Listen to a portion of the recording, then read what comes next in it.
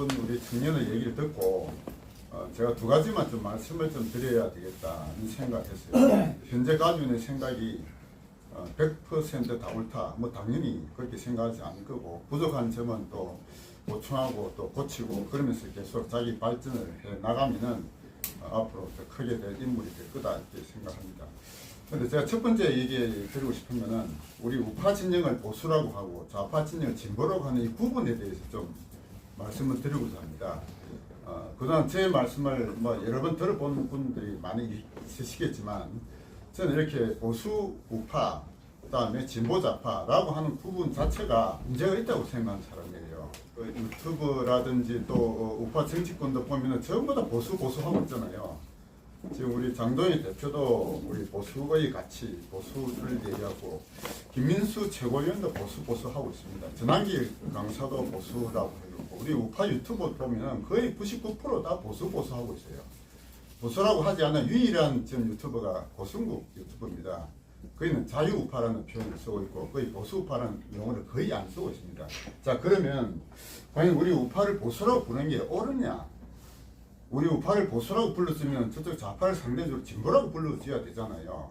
이 부분 자체가 과연 어디에서 나왔는지에 대해서 한 번쯤 생각을 해봐야 되겠다. 저는 그런 얘기를 그동안 우리 여기서 많이 해봤습니다.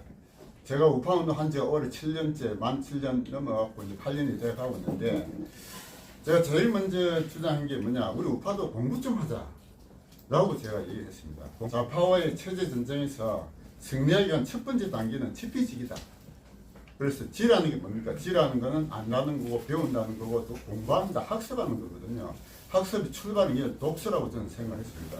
제가 이 우파운동 시작하면서부터 저부터 먼저 공부를 해야 되겠다 싶어요. 그때부터 제가 책을 사모은 게 지금 여기 보시다시피 한 2,000권 정도 되는데요. 역사, 정치, 이념 이런 책들을 이제 한 1,000권쯤은 본 것 같습니다. 그래 보니까 이제는 조금 이제 머릿속이 좀 정리가 되고 이제 대화가 좀 될 수 있다 이 생각이 드는데요. 거기에서 이제 보수와 진보의 원천이 뭔지를 제 나름 좀 찾아봤습니다. 좌파가 스스로 진보로 하는 원천이 어디냐? 저는 1848년도 마르크스가 작성한 공산당 선언이라고 생각합니다. 공산당 선언에서 보면은 뭐라고 되어 있냐면은 역사 발전 5단계 설이라는 게 나와요. 역사는 5가지 단계로 발전한다. 맨 처음에 원시 공산사회, 그 다음에 고대 노예사회, 중세 봉건사회, 그리고 근대 자본주의 사회를 거쳐서 마지막 공산사회에 간다. 이게 역사가 발전해가는 5가지 단계라고 했는데요. 이게 이제 역사의 진보의 법칙이다. 과학적 사회주의, 거기서 나오는 얘기인데, 자본주의 단계를 넘어서서 공산사회로 가는데 이게 진보라고 한 거죠. 그래서 좌파가 스스로 진보라고 한 건 뭐냐? 결국 공산사회로 가는 역사 발전의 과정이라고 한 겁니다. 그래서 그때부터 좌파는 스스로 진보라고 불렀던 겁니다. 그러다 보니까, 자, 그럼 우파는 보수라고 했잖아요. 이 보수라고 어디서 나왔냐 하면은, 1789년도에 프랑스 혁명이 일어났고, 그 다음 년도에 1790년도에 에드먼드 버크라는 사람이 프랑스 혁명에 관한 성찰이라는 책을 썼어요. 그게 보수주의 원조라는 책입니다. 프랑스 혁명에서는 모든 뒤집어 엎고 앙싱 레짐, 구체제를 다 뒤집어 엎어가지고 모든 건 다 뒤집어 엎는 게 혁명이었거든요. 그래서 에드먼드 버크는 과거의 전통적 가치 중에 보존해야 될 가치가 있다. 이건 지키자. 그게 보수주의 원조라는 거예요. 그러니까 그때 뭘 지키자고 했냐면은 영국의 국교, 종교의 그 올바른 가치 이거 지켜야 되고 또 하나는 영국의 세속 왕정을 지키자고 했습니다. 그래서 에드먼드 버크가 지키자고 한 게 어떤 종교적 가치, 그다음에 왕적 가치에서 두 가지를 지키자 한 거예요.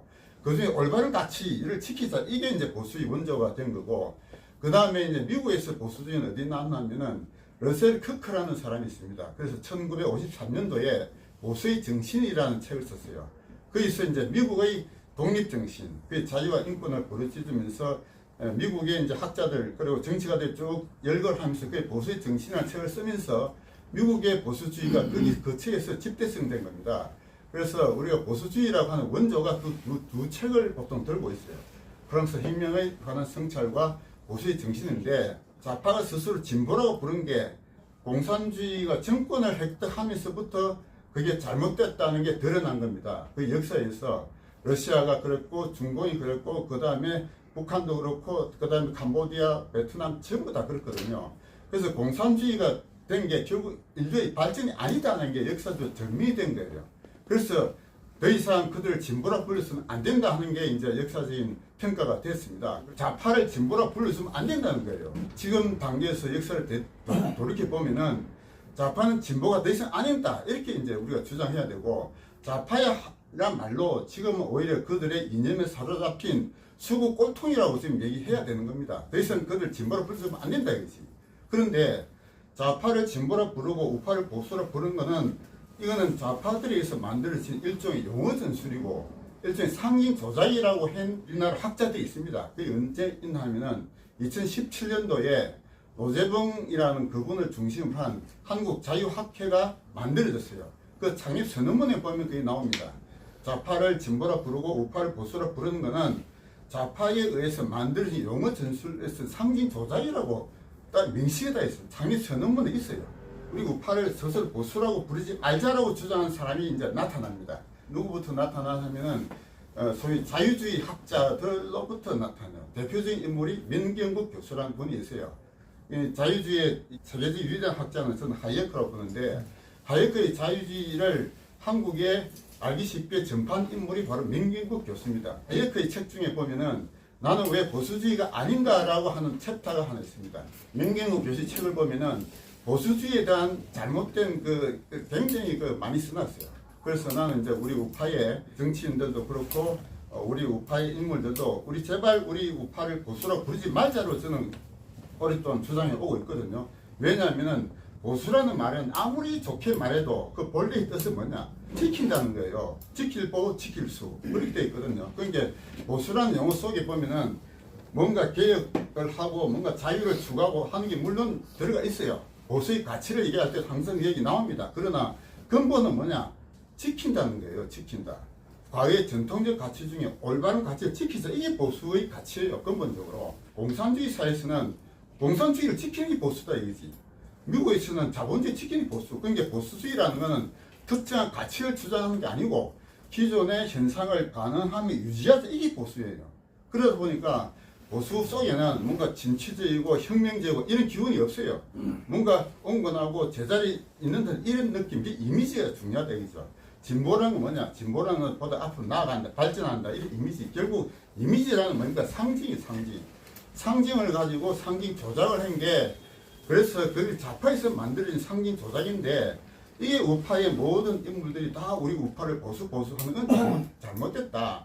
그래서 우파를 보수라고 부르지 말고 그럼 뭐라 불러야 되겠냐? 자유우파라고 불러야 된다. 자유라는 가치를 훨씬 더 소중하게 앞장서야 된다라고 벌써 오래전부터 얘기해 왔어요. 근데 그게 아직까지 우리 우파 진영에서는 얘기가 거의 안 되고 있습니다.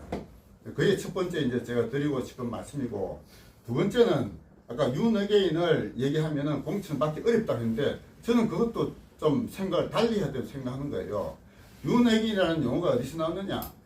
윤 대통령을 다시 대통령을 복시시키자 이게 아니잖아요. 윤어게인의 핵심 가치는 뭐냐? 계엄령을 선포할 수밖에 없었던 배경을 충분히 이해하고, 그러니까 윤 대통령이 계엄령을 선포한 건 뭐냐? 대통령이란 자리에서는 여러 가지 고급 정보가 나옵니다. 대통령이 되기 전에는 알 수 없었던 수많은 정보들이 받다 보니까 이게 대한민국을 올바로 지키려면은 반대한민국 세력, 소위 주사파 핵심 세력을 척결하지 않으면은 도저히 우리 미래 세대를 보호할 수 없다, 지킬 수 없다 하는 것 때문에 반대한민국 세력을 척결하기 위한, 그래서 이거를 국민들에게 알리기 위한 최후의 수단으로 선택한 게 계엄령이라고 보고, 그 계엄령에 의해서 청년들이 깨어났단 말이죠. 청년들이 이게 이대로 가다가는 이 세력을 그대로 가져가면 우리 미래가 없다. 이 사회주의 공산주의 국가가 될 가능성이 높으니까 청년들이 이제 세력을 깨어난 거예요. 그래서 윤어게인이라는 용어 자체는 뭡니까? 윤 대통령을 다시 대통령 복직시키자 이게 아니잖아요. 윤 대통령이 계엄령을 선포할 수밖에 없었던 그 취지를 이해하고 반대한민국 세력을 척결하고 자유대한민국을 지키자, 우리 미래세대를 지키자, 이것이 그 핵심이잖아요. 그거를 왜 이야기하지 못하는 이 말인가? 이해해야 돼. 청년들이 그 얘기 해야 된다고 저는 생각합니다. 그래서 윤어게인을 부르진다 해서 공천 배제한다, 언론이 그따구 소리 하느냐? 저는 그거 아니라고 보는 거예요. 저는 뭘 부르짖느냐? 자유혁명을 부르짖어야 된다고 봅니다. 보수하다 보니 혁명을 얘기할 수 없잖아. 자유혁명을 누가 얘기했느냐? 정거원 목사가 얘기했어요. 정거원 목사가 자유혁명당이라는 이름까지도 만드는 사람이 정거원 목사입니다. 그러니까 우리 이승만 대통령, 박정희 대통령, 전두환 대통령까지 이 세 분의 위대한 대통령이 우리나라를 올바로 이끌어왔는데 그분들을 과연 보수주의자로 할 수 있느냐? 저는 아니라고 생각해요. 그분들은 혁명가들이었다 이지. 건국혁명, 산업혁명, 전두환 대통령 신앙혁명을 이렇게 혁명가들이고 지금도 우리 시대에는 혁명이 필요한 시대다. 무슨 혁명이냐? 자유혁명으로 가자 이거지. 보수 하지 말자고 저는 주장합니다. 그리고 윤핵인도 주장해야 돼. 왜 주장하지 못합니까? 청년들이 그걸 더욱더 주장하면서 윤석열 대통령의 계엄령을 발표할 수밖에 없었던 그거를 이해를 하고 그걸 국민들에게 알려야 돼. 청년들이 나서서 알려야지. 왜 그 스스로 움츠려 들면 저는 안 된다고 생각합니다. 저희 자유시민연합이 추구하는 길은 뭐냐? 윤석열 대통령이 계엄령을 선포할 수밖에 없었던 그거를 이해를 하고 반대한민국 세력을 척결하기 위해서 우리 국민들이 모여야 되는데 누구를 위하느냐? 결국 우리 미래 세대를 위한 거다 이지. 우리 자식들, 손주들이 자유공산주의 국가에서 살면 안 되겠다 하는 것 때문에 우리가 이렇게 나서는 거잖아요. 우리 목숨 걸고 이 나라를 지키자 하는 거고 그거를 우리 청년들과 나이 든 사람들이 함께 연합해가지고 정권을 애들어 봐야 되겠다.